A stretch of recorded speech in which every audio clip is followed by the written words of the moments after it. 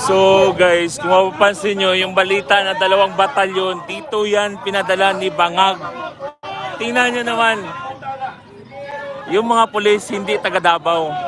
Pero yung ito, mga taga Davao to sila. Pero wala pa rin silang magawa dahil, guys, kasi utos talaga to ng mga Bangag. Utos talaga to ng mga Bangag. Tingnan nyo naman. Alam natin na meron talagang search warrant, no? Pero sila ba hoy nagbigay ng eksplanasyon kung bakit kinakailangan na salakayin ang 4 na lugar sabay-sabay para lamang mag-serve ng arrest warrant, no? At pangalawa po ay meron ba silang mga hinahanap na ibang mga bagay pa habang di umano ay nagsisilbi lamang ng warrant of arrest na wala pong search warrant?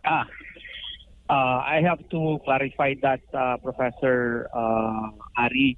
Wala silang search warrant na dala. Kaya nga na-surprise ako kasi madaling araw, ang daming kumakalabog yung cellphone ko and I had to rush here.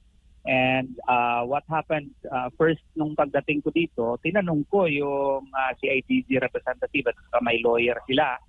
Nadalain ko, meron kayong search warrant po. Sabi nila, wala, arrest warrant lang. Pumapasok kayo dito sa mga offices namin, do you think that is right? And sir, pumayag po, tinuro sila, si Attorney K. Lorente. Pero ang sabi naman ni Attorney K. Lorente, para lang to diffuse the tension at tumawag si Mayor Baste, na i-allow na lang sila.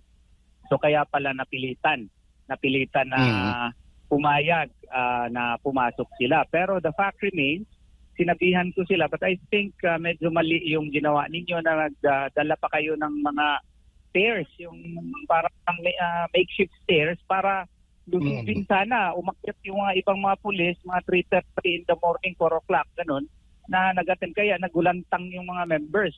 Kung wala kayong search, wala naman kayong karapatan na magamit pa kayo ng stairs at lusubin kami dito at may nasaktan pang 2. Yung babae, tamaan ng suntok. Tapos yung isa, member na IP natin, nasampal at kasi prevent niya yung pulis nabatukan, na nag-kill ng gate, nabatukan, pinigil niya at nasaktan. So sabi ko, hindi naman siguro tama yun. Kaya kung tumawag kayo sa akin at pinag-usapan natin ito, hindi na kailangan ito. So yun, medyo mabait. Ilagay lang po natin sa konteksto, no?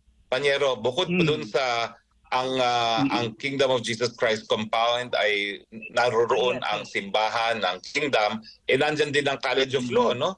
Mantakin mo, no? Yung College of Law mismo naging lugar kung saan nagkaroon ng illegal na search, no? At saka pangalawa po, no? Sabi nila wala silang search warrant, pero sabi mo may mahagdan sila at nakita namin yung mga imahe, mga video na pilit nilang sinisira ang mga gate, no? So ano daw ang justification nila at ginawa nila yun? Nang walang search warrant. I have to put that in proper context po. Yung sinira ang gate, doon yun sa Glory Mountain. Mas malala po doon na Sir Harry. Kasi doon sa Glory Mountain, sinira ang gate at may mga pinusasan pa na mga 3 members natin o 5 members natin pinusasan. Ang justification daw ay may dala silang mga tundang. Ano ba yan sa Tagalog? Itak. May dalang itak. Mga bolo. May dalang itak. Mga bolo. Siyempre, bukid yun, Glory Mountain yun.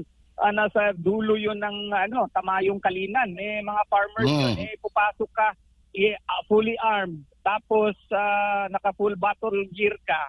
May mga armalites ka. And then, papasok ka dun sa loob na magulantang yung mga members. Anong unang kukunin ng mga taga-bukid? Diba yung itak? Oo. So, yun ang dahilan na dinakip sila. At sinira pa ang gate. Siguro medyo may overkill ata doon at medyo hindi tama talaga pursuant to the rules. Hindi na po overkill yan. Paglabag na po yan sa saligang batas. No? At illegal na po yan. Hindi lang po overkill yan talaga. Dahil ang service of warrant of arrest, pag nakita mo lang yung tao, wala nga pong karapatan na pasukin ng mga lugar para maghanap ng tao dyan kung walang search warrant. No? Dapat yan, nakikita nila kung nasan yung taong yan. No? So, hindi lang po overkill. Paglabag sa karapatan pantao, illegal ang ginawa po nila. At para nga po itong invasion na ng compound ng KOIC. So tama po ang salita na ginamit ni Jay, pananalakay, panlusob sa kingdom. Hindi lang doon sa Glory Mountain. Ngayon ongoing pa sa sa Prayer Mountain. Merong isang bala daw na nakita doon sa may CR sa Prayer Mountain. At nagkagulo at first kasi isang bala daw. Hindi naman alam ng mga member. Pero ngayon, may nagtawag sa amin na binawi na accident lang daw pala yun na nahulog yung isang bala doon sa... At saka sabihin na natin may bala. Hindi po nila magagamit yan dahil there is no such thing as incidental search pursuant to a warrant of arrest. Lahat po ng ebidensya makukuha nila dyan, inadmissible for any purpose. Hindi po pwedeng gamitin. Yan po lingwahe ng ating Bill of Rights. No? So, pati sa Kitbog, meron ding nag-search doon, pati rin sa Samal, yung resort ni Pastor doon, na parang rest and recreation area, meron ding nag-search. Doon, wala namang unusual na nangyari, except na illegal talaga din, kasi particular masyado, pumasok sa mga areas na pati mga opisina at pati mga kwarto. Medyo hindi talaga sana legal yun. Pero yun po ang nangyari kapag ngayon. As of now, dito sa Central, may mga pulis pa sa harap ng compound. Dito pa kami sa loob ngayon. Pulis natin na nautusan lang ng mga pulis. Nautusan ng mga pulis. Guys, ito nangyayari ngayon sa compound ni Pastor Kibuloy. Live po tayo ngayon, live. Ito, mga nautosan lang to ni Bangag. Kuna natin yung mga mukha nila. Tingnan nyo. Live na live tayo dito guys sa compound ni Pastor Apollo Kibuloy. Pero wala si Pastor daw dito. Yan. Tingnan nyo guys, naka-bulletproof yan. Naka-full battle gear. Yan Tingnan nyo naman. So, lapitan natin. Alam mo, mababait naman itong mga pulis guys. Napagutusan lang to sila. Tingnan nyo sila. Mga pulis, tinanggal sa Davao City. Yan lang ang tatanungin ninyo. Yan.